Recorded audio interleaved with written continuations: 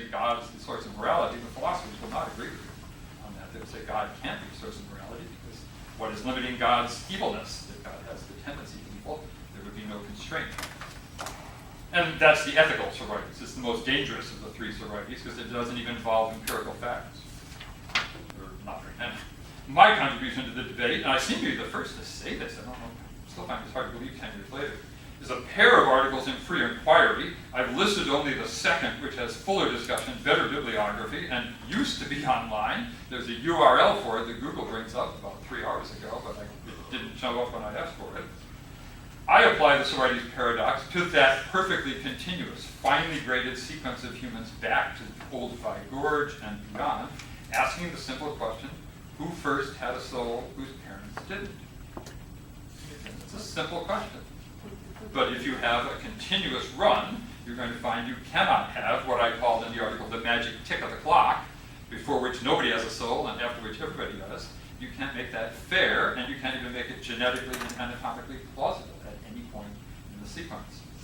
So those three sobrieties arguments are, in my view, a serious, maybe even fatal problem for denominations that claim to accept evolution, and the Catholic Church has accepted evolution since the 50s. That, finally, sorry for lying, completes my attempt to show you some of the things that people in the secular community find unacceptable in the conventional claims of Christianity. Thank you.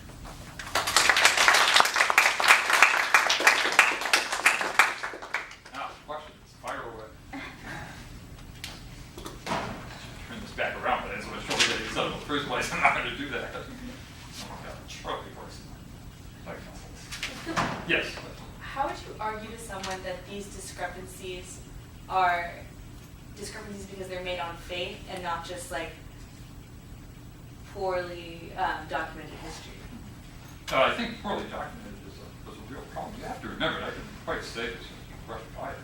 These stories from whatever year the crucifixion and resurrection are supposed to have occurred are told orally for days, weeks, months, years in Aramaic. And then eventually somebody translates them into the Greek that we have now. If you've ever played what's called in psychology courses the telephone game, you sit in a circle and you try whispering a story in someone's ears. I mean, the classic example to reveal prejudice is you have a story about a subway platform, and there's a black man lying bleeding on it, and white guy holding the knife. And by the time the story comes full circle, it's the white guy on the platform bleeding and the black guy holding the knife. Stories are oral narratives are very hard to keep straight. And the eyewitnesses didn't leave any accounts. Paul tells us he had his vision. There are 3 accounts of his experience on the road to Damascus and Acts. They're not quite coherent with each other. So I think a lot of these problems come because you've got gaps, very significant gaps in the transmission, and separate Christian communities. If I had a map and had spent the time working it out, these gospel texts come from different parts of the Christian world. Remember, it did spread fairly quickly in the first 30, 40, 50 years, but into different isolated communities. Paul does an amazing amount of travel. Take a look at the commentary on Paul. He's traveling all over the Mediterranean, visiting different communities.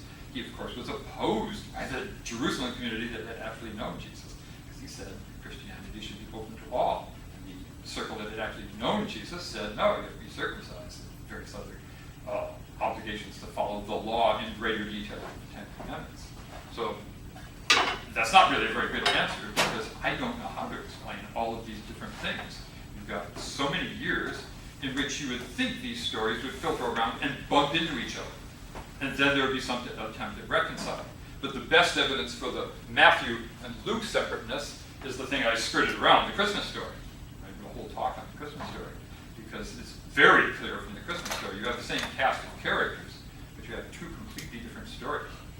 Raymond Brown, the great scholar who did all those other books, did a book called The Birth of the Messiah. And anyone who sits down and reads through that, a Catholic priest, will never again think that both Matthian Magi and Lucan shepherds showed up in the Christmas scene. And he has a wonderful piece of dry humor to show you what he thinks about this. He says, the ordinary Christian is not aware usually of a difficulty when Matthian Magi and Lucan shepherds fraternize in the Christmas crib scene. When you think of fraternize, what do you fraternize with? Think of the World War I Christmas truces. You fraternize with your enemy.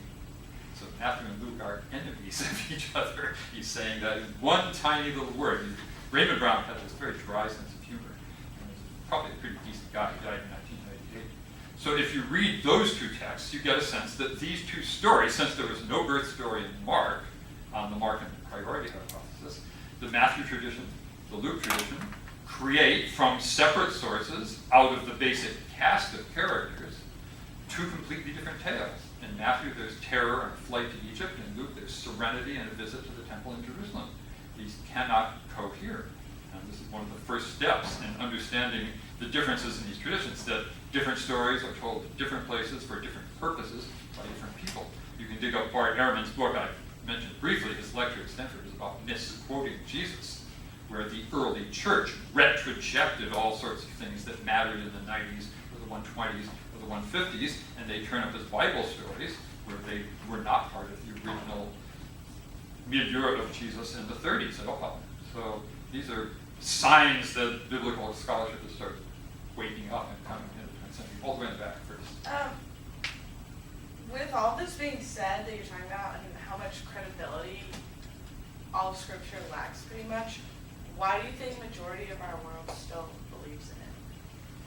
Well, why do people have the religion they have? You get indoctrinated at a very early age. Richard Dawkins, the provocateur, has been out there saying this is a form of child abuse. And I was raised, Professor Mitchell said I would be asked about this at some point. I had a very unusual career, and I didn't realize this until I started talking to other people in both religious side and non-religious side. I was raised Catholic by non-Catholic parents. Like, what? But my father came from a German Catholic family, very staunch German Catholics, who immigrated to Kingston, New York in 1834. And he went to MIT. He was the first college graduate. I'm only the second college graduate in the direct line ancestry. They were all just very middle-class people. But he went to MIT, and somehow in high school in Ossining, New York, managed to lose his Catholicism. He's gone now. I can't ask him how he did it. My mother came from Methodist background, middle of the road, namby-pamby Christian, Protestants. But his family wanted a church wedding, and in a Catholic church, if you're going to have a Catholic church wedding, you have to sign a document as the bride. All children born in this marriage will be raised Catholic. So I spent about 10 years of life going to catechism on Wednesday afternoons in Schenectady, New York, along the Mohawk River. And didn't realize until 5th grade that although most of the kids were doing this, the ones who were staying behind, all school stopped because about 80-90% of the kids were Catholic. So all school stopped, but they got to do fun things. So I said, I don't want to go anymore. I want to stay behind to do fun things instead of being told what a sinner I was and have to make confessions and other things. So I got the first communion. I did not get the confirmation and walked away at a very early age. But neither parent was trying to force it. I had no idea what my grandparents thought. And the aunts and uncles, one of them became a nun. So there were probably some pretty intense feelings on the subject. Most people are the same religion as their parents. That's called tradition. And when you find people breaking away, sometimes they break away in explosive fashion, they jump to some other religion, still seeking for something that may not have been there in the original religion. And that's a typical adolescent pose to struggle with. Again, I didn't go through this phase as an adolescent. I was only gone by 10 years old. So most people are what their parents were. And you can look around the world and see how many people in countries dominated by Islam are growing up as freethinkers. Not many. You hear about even Warrock or Ayaan Hirsi Ali and various others. It can be smothering, it can be sweltering, it can be just crushing. The complex family, neighborhood, friends, teachers, advisors, the entire mesh wants to hold you in. So it's easy to see why people grow up believing what their parents believe. It's the easy thing to do. It's very hard to break away. I'm in the midst of writing a book against the afterlife, in case you couldn't guess. And the chapter I'm actually working on right now is how people turned away. And I've been gathering life stories from Bible scholars like Bart Ehrman all the way down to ordinary folk who just said, something about this just doesn't compute in comparison with all this other information. So it's a difficult question on one hand. On the other hand, it's very obvious that those people are raised and stay in the religion of their societies because it's a whole lot easier. Yes, question. When was your initial curiosity to go against religion? I know you said when you were younger you didn't want to do the Right. communion thing anymore, but that's, I think as a kid.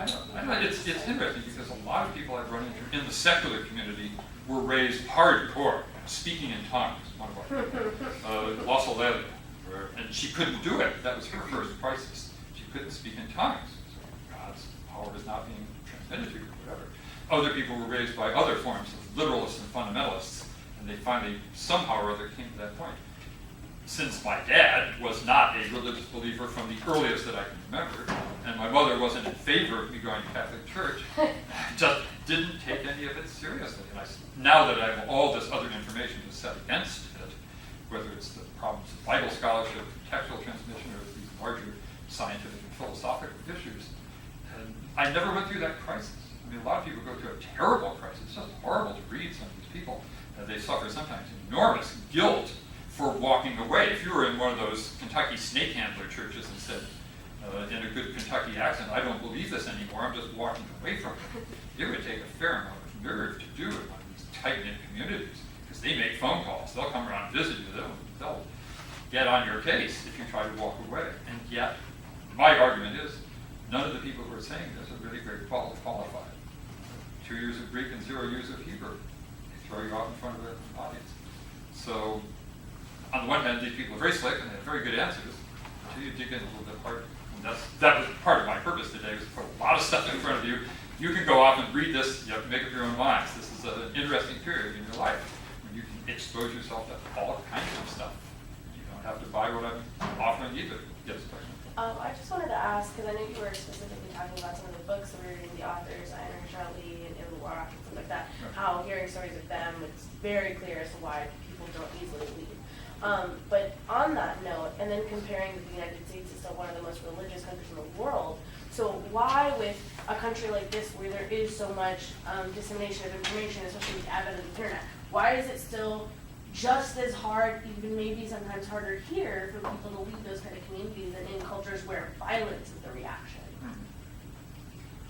I know, America is the exceptional nation, right? You heard about this from George Bush. So we're hearing in commercials right now, Texas is an exceptional state.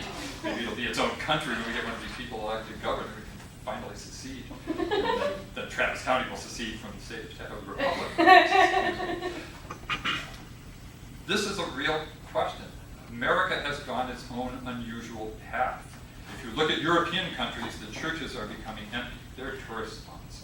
Some of those countries have official state churches, and part of your taxes go to support the state church. It doesn't mean anybody goes there, except, oh, it's nice scenery, it's fabulous architecture, and so on. They've been through a lot, if you look at European history, in just the last 100 years, as opposed to the last 2,000 years.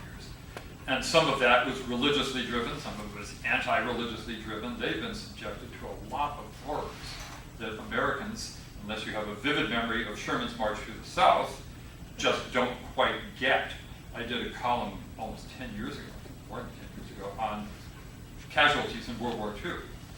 And if you look up Wikipedia or wherever, Britannica, all American deaths in World War II, combat and after combat, total about 417,000. The current estimate, Timothy Snyder's Bloodlands and others, for the Eastern Front, civilians and military, German and USSR forces, is 27 million. Wow. 27 million is the current estimate for the number. That, I believe, includes the 6 million of the Holocaust. But the level of destruction over there is just mind-boggling. It's really hard to grasp. When we fixate on the crosses at Normandy, it's about 6,000 people. One of the things I worked out in my column was that in the European theater alone, from September 1st, 39 to May 8th, 45, 7,000 people a day died in the European theater, civilian and military, every single day. Whereas the Normandy thing is one day, June 6th, 1944. And it's a heroic episode, no question. But our sense of scale is not the European sense. And it may be that Europeans have just been burned by a lot of this, the burned over district, as they used to call Western New York State, from all the revivalists. So European countries have, in large measure, given up on something that's still very prominent here. And we've gone through religious wars. You can think of 100 years ago, the great figure was Robert Ingersoll. And I don't know if his name has turned up in your course or not. He was called the great agnostic. He was tall, handsome, Civil War figure, veteran, sort of a hero, one of the great lawyers in American history, and the great agnostic. And it was said he could be governor of Illinois, he could be president of the United States, if he had been willing to say something that indicated he would accept conventional Christianity, but he refused to do it. He didn't use the label atheist, but he accepted great agnostic and denied himself a political career. Well, he was one of the most admired people of the late 19th century. And he engaged in debates, public debates with ministers and priests and professors all the time. He just had a fabulous career. In more recent times, right here in Austin, the leading figure representing unbelief was Madalyn Murray O'Hair, about as far away as you could get in public image from Robert Ingersoll, since she used four-letter vocabulary as it was her only form of speech, and loved saying offensive things and reveled in her title as the woman who got school prayer banned, and so on, way back when. So the image of who is a non-believer, the Hitchens image, the Dawkins image, at their most abrasive, is not a very welcoming one either. So many people find it's just easier to stay with a system that they grew up in. And we went through the Scopes trial, we've gone through the anti-communist period, they were the godless commies, right? God-full commies wouldn't be so bad, but godless commies would be a bad category. So there was all of that tension through the 50s when the phrase under God was put in the pledge. I hate to say this in front of